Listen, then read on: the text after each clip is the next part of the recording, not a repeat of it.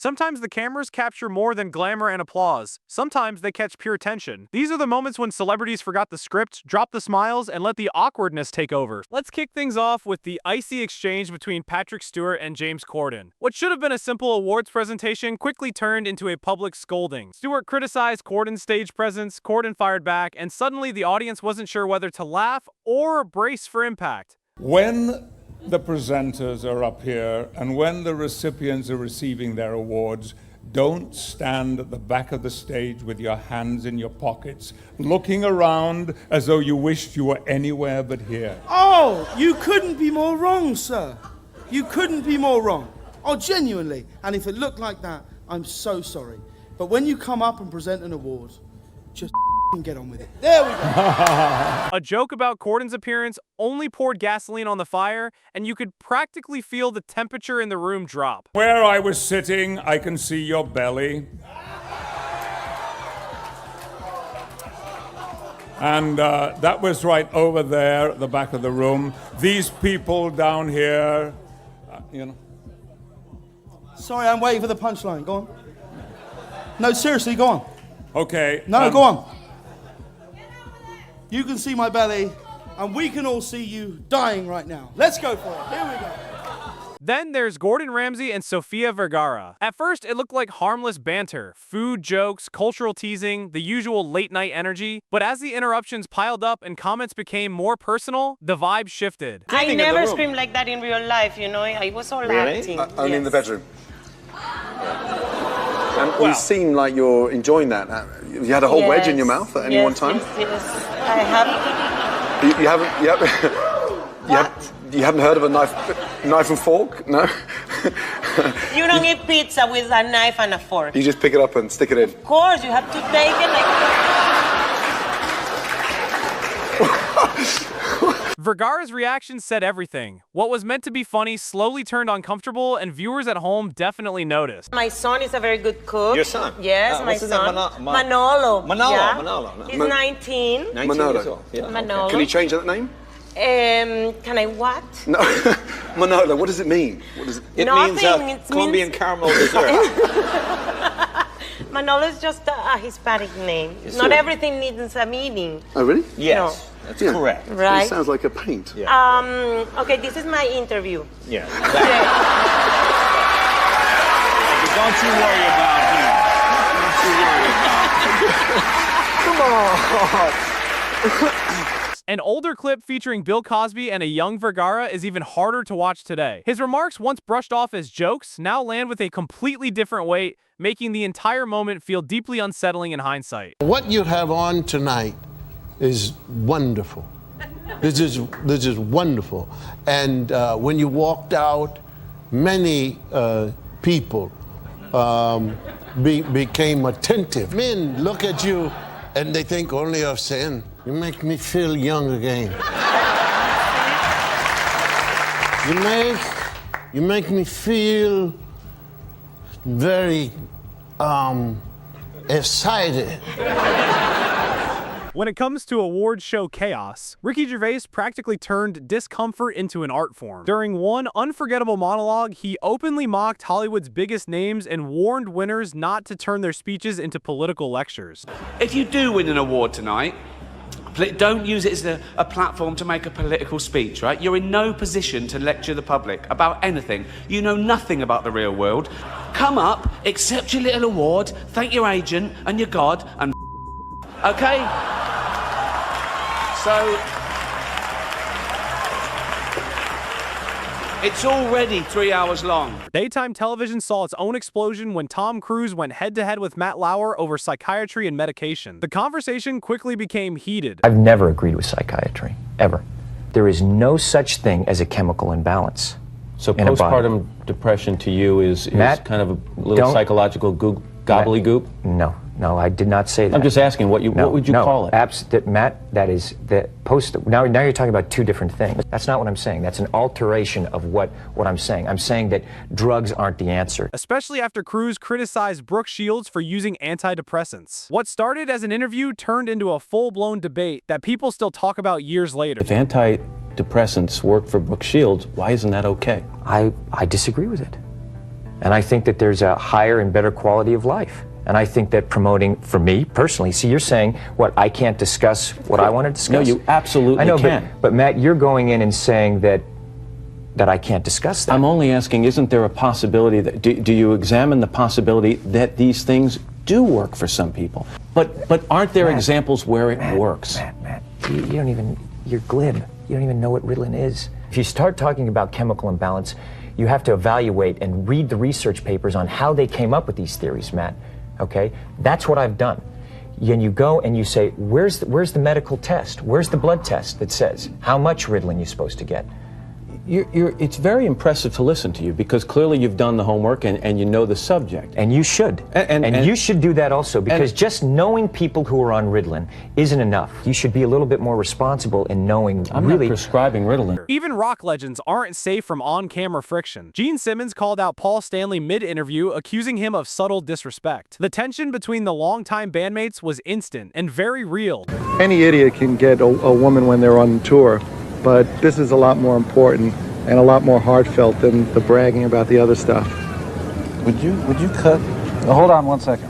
Cut this off for a second. Would you stop cutting me down in front of a camera? I didn't go for that shit. Go on. I don't know, all of a sudden, like whatever I say, all of a sudden, don't listen to this idiot. Don't do that anymore. Go on. Talk show moments can be just as brutal. David Letterman repeatedly pressed Lindsay Lohan about rehab, ignoring her attempts to promote her movie. Aren't you supposed to be in rehab now? Do you not watch anything that goes on? I do. Tabloid now? Now here's what May 2nd. I was under the May 2nd. Yes. And how long will you be in rehab? 3 months. How many times have you been in rehab? Several. And how will this time be different? What are they rehabbing, first of all? What is on their list? What are they going to work on when you walk through the door? We didn't discuss this in the pre-interview. No. When you go to the rehab, what do they do? We're here for a movie. We have to what? Let's stay on the positive. Oh, aside from that side of the positive. Yeah. All right. Come on now. Okay, we'll talk about the movie. I've been here since I was 7. You have to be in rehab May 2nd. Are you going to be there? You'll be there, right? Who's taking you to rehab? You don't want to talk about that either, right? He pulled a similar move with Paris Hilton, bringing up jail time after she clearly said she wanted to move on. The studio laughter couldn't mask how uncomfortable it really was. Have your friends treated you differently since you've been out of the slammer? People think that I was really strong, that I went through it, so. God, it was just ugly, wasn't it? Have you made... But I've moved on with my life, so I don't really want to talk about it anymore. Yeah, but I know. This is where you and I are different, because this is all I want to talk about. Did you make any friends while you were in jail? I'm not answering any more questions. No more questions about jail? I'm here for my clothing line and my movie and my perfume. I'm not here to talk about that. Then came one of the most shocking red carpet moments. Jenny McCarthy forcibly kissing a teenage Justin Bieber. Bieber looked stunned, later admitting he felt violated. I feel violated right now. Wow. He also endured an awkward interview with Leah Remini, who pushed inappropriate what-if scenarios, despite his visible discomfort. Would you rather? You know that game? Yeah, I know that game. Okay, so here's my question. Would you rather have to be naked on stage during one full song, or drink a cup of blended worms?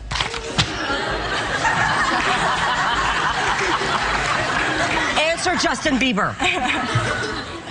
I have like little girl fans. I can't go. Okay, imagine that. Okay. Imagine that wasn't a problem. Imagine there was no laws. Imagine it wasn't like weird like that. I wouldn't do it. I wouldn't do either. You have to pick Justin Bieber. Justin Bieber.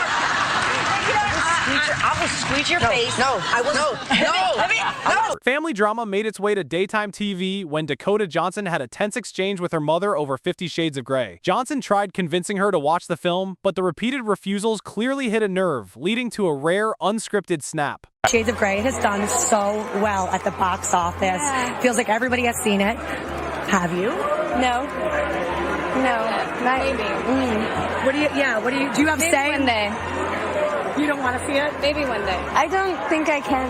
Yeah. I think it would be strange. No, I don't think so. I think it's fine. I think that one day you can see it. Yeah. I think so. And I'll just tell you, until you see it, she's really good. And yeah, there are those scenes, but she's also just a really good. Well, she's a really good actress. I don't need to see that to know how good she is. You know? All right. You don't have to see it. I'm like, you can see it, and you're just like, no. Because she doesn't want, I mean, there is that red room. Yeah, but I think it's okay. It's a movie. She knows that. And there's 2 more. If she tells me to see it, I'll see it. Hip-hop interviews have delivered some of the most explosive moments. Joe Budden abruptly walked off during a heated conversation with Migos, leaving fans stunned. What's up, though? My bad. Happy to jump. I couldn't hear anything over there too. Close it. Close it. Hey, listen, man. I wish I could talk to the Migos longer, man. It's one of my favorite groups. I've been covering for so long. I'm glad they succeeded, man. Hey, man, you guys are nominated tonight. Have a good show. What are you trying to do?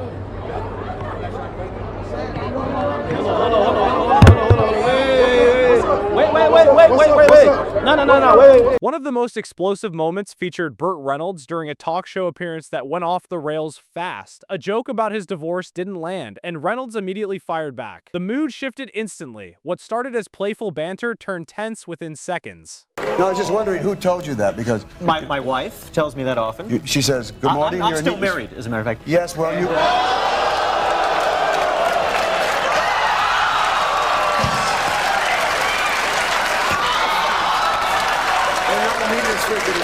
And of course, no list would be complete without Kanye West's legendary meltdown at Sway Calloway. "You ain't got the answers" became an instant viral catchphrase, but in the moment, it was raw, chaotic, and borderline explosive. Or why don't you empower yourself and don't need them and do it yourself? How, Sway? Take a few steps back to go. You ain't got the answers, man. You ain't got the answers. Kanye. You ain't got the answers. You ain't got the answers, Sway.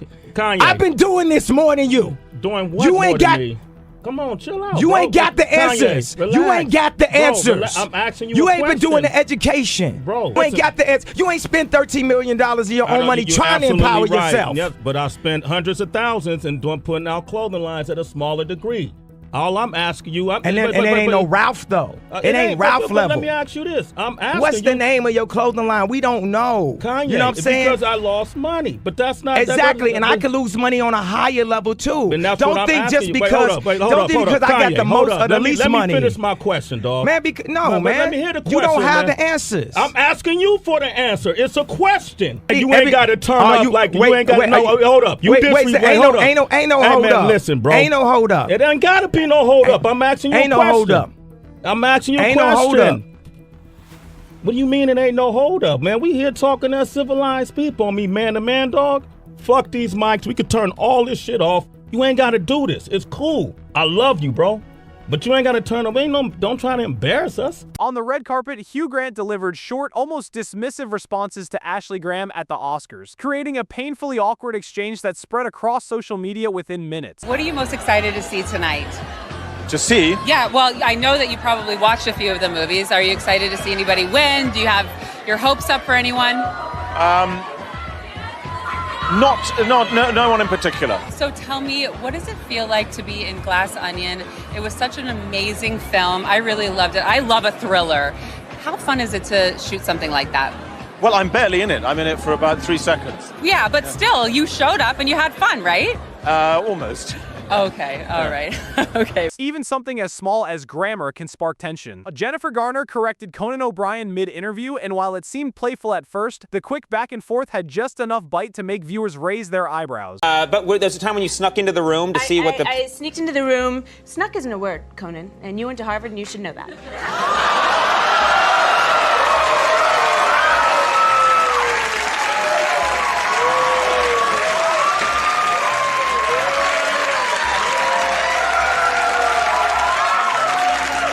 What the hell? Look right here. Snuck, past and past part of sneak.